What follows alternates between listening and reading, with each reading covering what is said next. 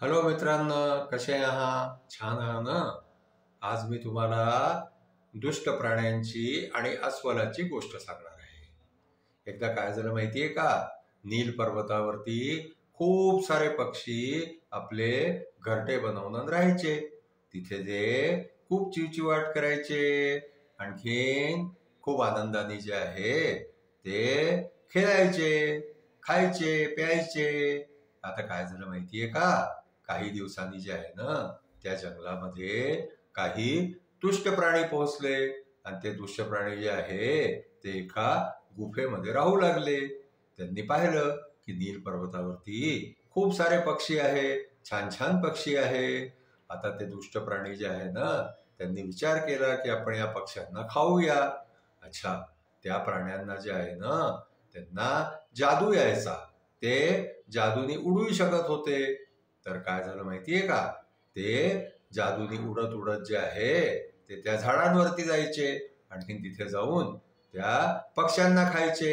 त्यांची घरटी जी आहे ती जमिनीवर पाडून द्यायचे. आता ते आनंदात राहणारे सगळे पक्षी जे आहे ते त्या दुष्ट प्राण्यांमुळे परेशान व्हायला लागले. त्यांना त्रास व्हायला लागला.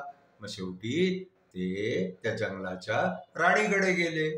राणीला जाऊन आणखीन त्यांनी सांगितलं की अशा प्रकारे जे आहे ते काही दुष्ट प्राणी येतात, आणखीन ते आम्हाला त्रास देतात, आमची पोरं खाऊन जातात, आम्हाला खाऊन जातात, आमचे घरटे जमिनीवर पाडून देतात. अशा प्रकारे त्यांनी राणीला सांगितलं. तर राणीने काय केलं माहितीये का?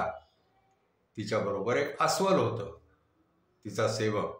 त्यांनी राणीने त्या सेवकाला सांगितलं की तू या पक्ष्यांची मदत कर म्हणून. तो अस्वल जो होता ना, तो खूपच हुशार होता.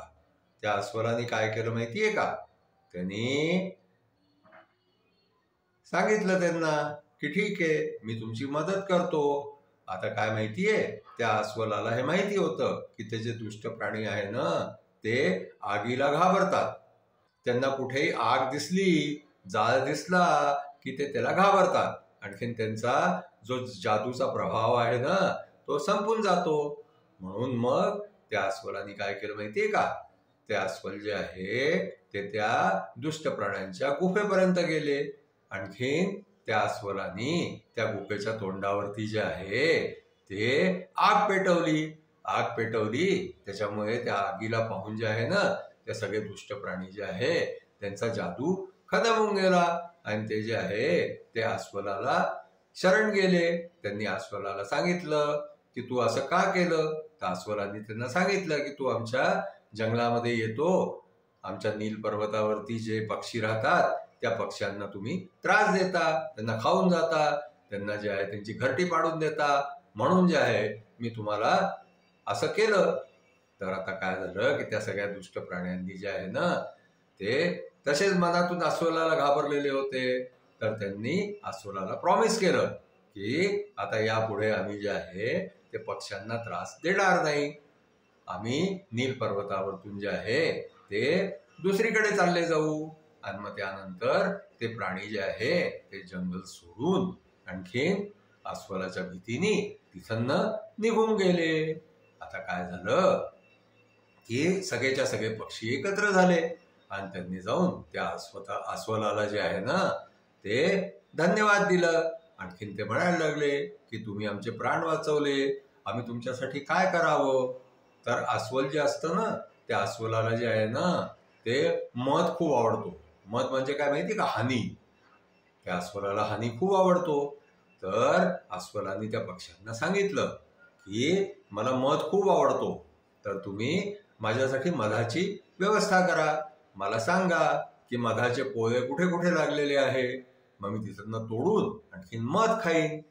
आता जे आहे ते सगळ्या पक्ष्यांनी ठरवलं की आपण अस्वलाला जे आहे ते नेहमी मध जे आहे ना तो उपलब्ध करून द्यायचा. आणखीन मग पक्षी जंगलामध्ये फिरता फिरता लक्ष ठेवायला लागले की मधाचे पोळे कुठे लागलेले आहे. आणि मग ते पाहून यायचे आणि अस्वलाला सांगायचे. आणि मग अस्वल तिथे जायचा, मधाचं पोळं तोडायचा आणि त्याच्यातून मध प्यायचा. अशा प्रकारे जे आहे ते अस्वलाची मदत सगळे पक्षी जे आहे ते करायला लागले.